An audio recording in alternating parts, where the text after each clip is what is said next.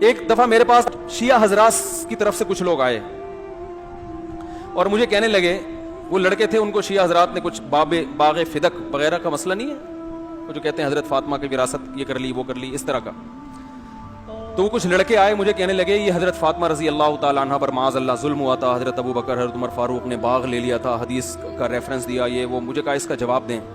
میں نے کہا دیکھو میں ایک بات کا جواب دوں گا پھر تم دوسرا اعتراض لے کر آ جاؤ گے, پھر میں اس کا جواب دوں گا. تو ان سب باتوں کے کافی شافی جوابات الحمدللہ موجود ہیں. پھر چوتھا مسئلہ لے آؤ گے, پھر پانچواں لے آؤ گے, پھر چھٹا لے آؤ گے, پھر ساتواں. تو میں نے کہا میں تو پھر دن بھر یہی کرتا رہوں گا. تو میں نے کہا دیکھو اس کی ضرورت کیا ہے کہ اس سوال کا جواب کیوں چاہیے. وہ یہ اعتراض اس لیے کر رہے ہیں کہ ان کے خیال میں سنی مذہب درست نہیں ہے کیونکہ وہ ان میں غلط چیزیں آ گئی ہیں. میں نے کہا یہ تو سنی مذہب کے بنیادی عقائد میں سے ہے کہ صحابہ کرام نے حضرت فاطمہ کی وراثت نہیں لی. یہ تو ہمارے بڑے بڑے عشرہ مبشرہ ہیں جن کو دنیا میں جنت کی بشارت ملی, وہ نبی کی بیٹی سے وراثت کیسے کھا سکتے ہیں. یعنی یہ سنی مذہب کا کوئی اختلافی مسئلہ نہیں ہے یہ. میں نے کہا اس کا مطلب کیا ہوا کہ اگر آپ اس بات کو درست مان لیتے ہو تو پھر سنی مذہب ہی غلط ہو جائے گا کہ جس میں اتنے بڑے بڑے بلینڈر ہوئے ہیں کہ اہل بیت سے معاذ اللہ نفرت سکھائی جا رہی ہے اس میں. تو میں نے کہا ان سے کہیں کہ ہم سنی مذہب کو میں چھوڑنے کے لیے تیار ہوں اس اعتراض کی بیس پہ, لیکن اس شرط پہ چھوڑوں گا کہ پھر مجھے کوئی دوسرا پلیٹ فارم دیں جس پہ اس سے بڑے بڑے اعتراضات نہ ہوتے ہوں. سمجھ رہے ہیں.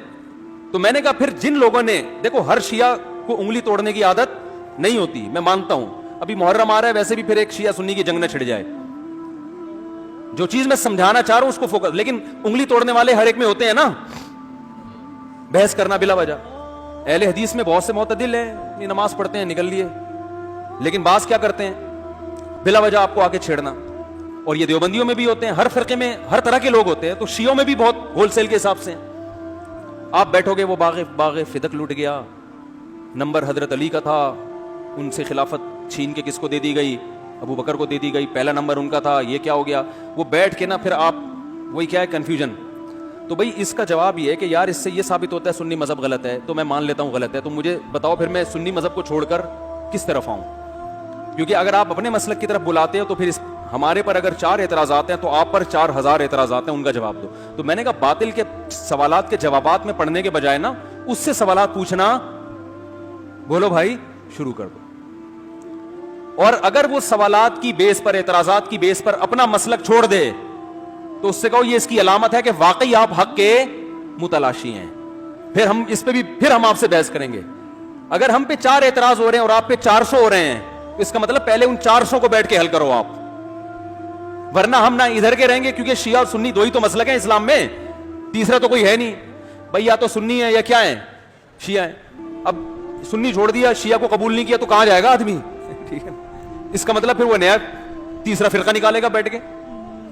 تو تیسرے کا امت متحمل, امت میں تیسرا فرقہ نہیں افورڈ کر سکتی, 2 بہت ہو گئے ہیں بڑے بڑے. تو ہم یہاں لٹک کے نہ ادھر کے رہیں گے. تو یہ بھی کیا ہے بھائی, اعتراض کر کے کیا کرنا صرف. تو جو حق کا متلاشی ہوتا ہے نا وہ واقعی حق تلاش کر رہا ہوتا ہے. میں نے جب یہ ایک سوال قائم کیا تھا نا عیسائیوں کا عقیدہ کہ خدا 3 بھی ہیں 1 بھی ہیں, اس پہ بہت سے عیسائیوں کے کمنٹس بھی آئے ہیں کہ یہ, میں نے کہا نا یہ کیسا عقیدہ ہے جو عقل سے کیا ہے بالا تر. تو اس پہ بعض عیسائیوں نے اعتراضات کیے کہ ہمارا یہ عقیدہ نہیں ہے, بلکہ پھر اور ایک پیچیدہ سی بحث لکھی ہوئی تھی کہ ہم تو حلول کے قائل ہیں کہ خدا عیسیٰ میں حلول کر گیا. ٹھیک ہے نا, تو عیسیٰ کی ایک حیثیت یہ ہے کہ وہ اللہ کے نبی ہیں, اور ایک حیثیت کیا ہے کہ ان میں کیا ہے اللہ ہے. تو حضرت مریم کو تم خدا نہیں مانتے. بھائی آپ نہیں مانتے, آپ کا ایک فرقہ تو مانتا ہے نا. تو آپ جس اصل بات جو فوکس کرنے کی ہے وہ یہ ہے کہ مذہب کی بنیاد ایسی چیز سے شروع ہو رہی ہے جو کھوپڑی میں نہیں آتی, بلکہ کھوپڑی میں نہیں آتی, کھوپڑی اس کے غلط ہونے کا فیصلہ کرتی ہے. کھوپڑی کہتی ہے کہ یہ 100% کیا ہے غلط ہے. مذہب کی بیس یہاں سے شروع ہو رہی ہے کہ یہ غلط ہے. تو جب بیس یہاں سے شروع ہو رہی ہے تو آگے کیا ہے پھر.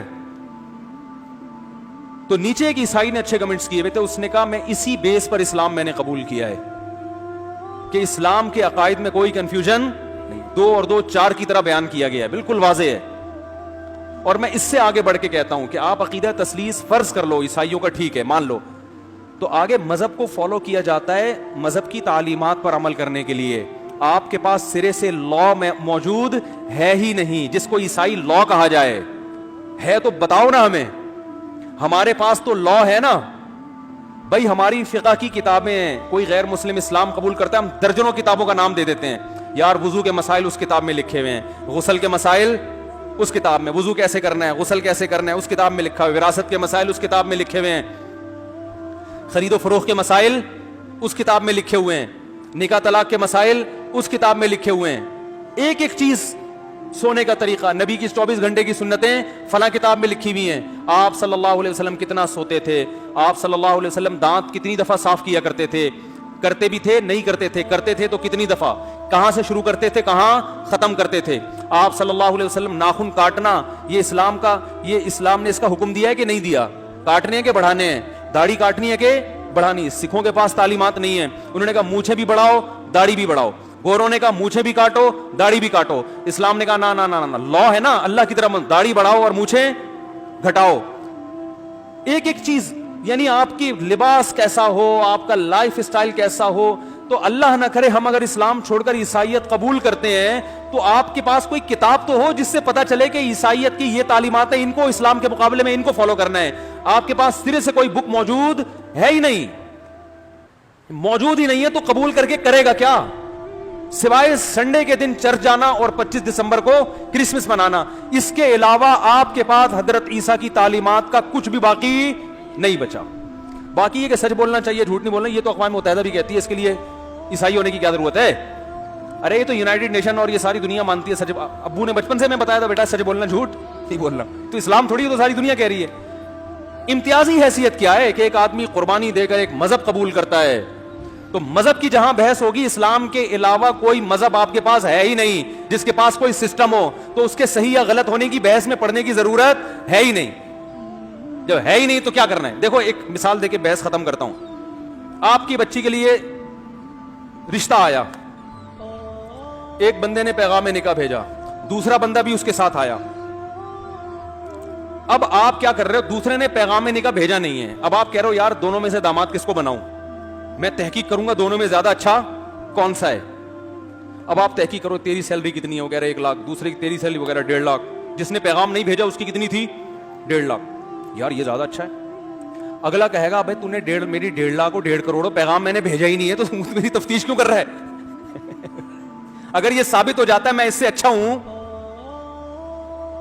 تو میں تھوڑی شادی کرنے کے لیے تیار ہوں, میں تو اس کو لے کر آیا ہوں.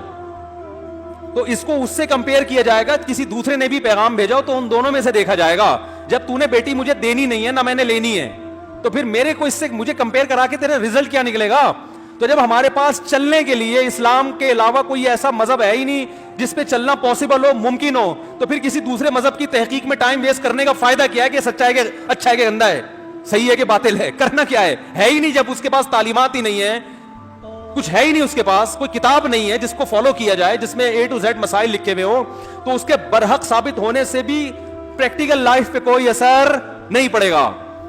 تو اللہ نے اس لیے حق اور باطل کو اتنا واضح کیا نا کہ اسلام کے مقابلے میں کسی مذہب کو پنپنے ہی نہیں دیا ہے, تاکہ لوگ اس کنفیوژن میں پڑے ہی نہیں کہ کون سا مذہب صحیح ہے کون سا غلط ہے, پنپنے ہی نہیں دیا. اتنا اللہ نے اسلام کو, جیسے ایک ملک نے سفیر بھیجے, اب 2-4 جھوٹے سفیر بھی آ گئے نا, اب نیا آدمی کنفیوز ہو رہا ہے, یار ہمارا ملک کا سفیر کنفیوز ہو رہا ہے, امریکہ کا سفیر یہ والا ہے کہ یہ والا ہے کہ یہ والا. تو امریکہ نے کیا کیا, وہ جو باقی 3 تھے نا, اپنی ایجنسی والوں کو بولا کہ ان کو لے جا کے چڈی بنیان پہنا دو, کیا کر دو, ان سے یہ 3 پیس سوٹ اتارو, یہ کم بخت دھوکہ دے رہے ہیں بھائی, یہ کیا کر رہے ہیں.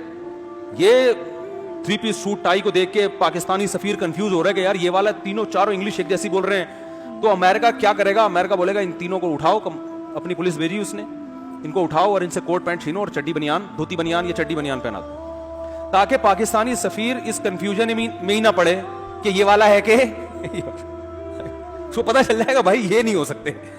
تو اللہ تعالیٰ نے اسلام کے مقابلے میں کسی مذہب کو پنپنے دیا ہی. کنفیوژن میں پڑھیں کہ یار ہندوازم کا اسلام سے مقابلہ کرائیں یا عیسائیت کا, پھر دیکھیں کون سا صحیح ہے. اللہ نے کہا یہ اس کے علاوہ تمہیں کسی کے پاس تعلیمات ملیں گی نہیں. تبھی مفتی صرف مسلمانوں میں ہوتے ہیں, غیر مسلموں میں مسائل بتانے والے مفتی نہیں ہوتے. روحانی پیشوا ہوتے ہیں, دم درود والے. مسائل بتانے والے وہ صرف کہاں ملیں گے آپ کو, اسلام میں. یہ لقب صرف مسلمانوں کے مذہبی لیڈر کے پاس ہے. عیسائیوں میں پادری ملے گا, مسائل بتانے والا نہیں. وہ وراثت نہیں بتائے گا کہ باپ مر گیا تو بیٹے کو کتنی وراثت, پادری کبھی نہیں, اس کے پاس ہے ہی نہیں بتانے کے لیے, وہ کہے گا لا کو فالو کرو. جبکہ ہمارے ہاں عدالتیں ہمارے پاس فتویٰ بیچتی ہیں کہ مفتی سے پوچھو کہ کتنا. کل ایک مسئلہ آیا, طلاق کا مسئلہ کیا ہوا تھا عدالت میں, میاں بیوی میں پھڈا ہو رہا تھا, کوئی کہہ رہا تھا ہو گئی ہے, کوئی کہہ رہا نہیں. تو عدالت جج پریشان تھا, اس نے کہا کسی مفتی سے فتویٰ لے کر آؤ کہ ان الفاظ سے طلاق ہوتی ہے یا نہیں. تو ہمارے یہاں تو جامع رشید میں آتے رہتے ہیں, عدالت سے آتے ہیں, عدالت فتویٰ مانگتی ہے, بھائی ہمیں نہیں پتا, مفتی سے فتویٰ لکھواؤ. وراثت کے مسائل بہت دفعہ, تو وجہ کیا ہے کہ وہ اسلام کی روشنی میں فیصلہ کروانا چاہتے ہیں لوگ, تو عدالت خود کیا کرتی ہے, بھائی مفتی سے پوچھو, کسی بڑے دارالفتہ سے پوچھو. تو یہ اللہ تعالیٰ نے اسلام کے مقابلے میں کسی کو پنپنے, بولو بھائی, دیا ہی نہیں, یہ بحث ہی ختم کر دی. تو باطل کو پہچاننا اتنا زیادہ ٹینشن والا کام نہیں ہے, 2 منٹ کا کام ہے, بشرطے کہ انسان کھوپڑی کا صحیح استعمال, اور انگلی توڑنے والوں سے کیا رہے, ہوشیار. یہ سوائے اور یہ وسوسے پیدا کر کے آپ کے ایمان کو کیا کرتے ہیں, خراب. اللہ تعالیٰ عمل کی توفیق عطا فرمائے.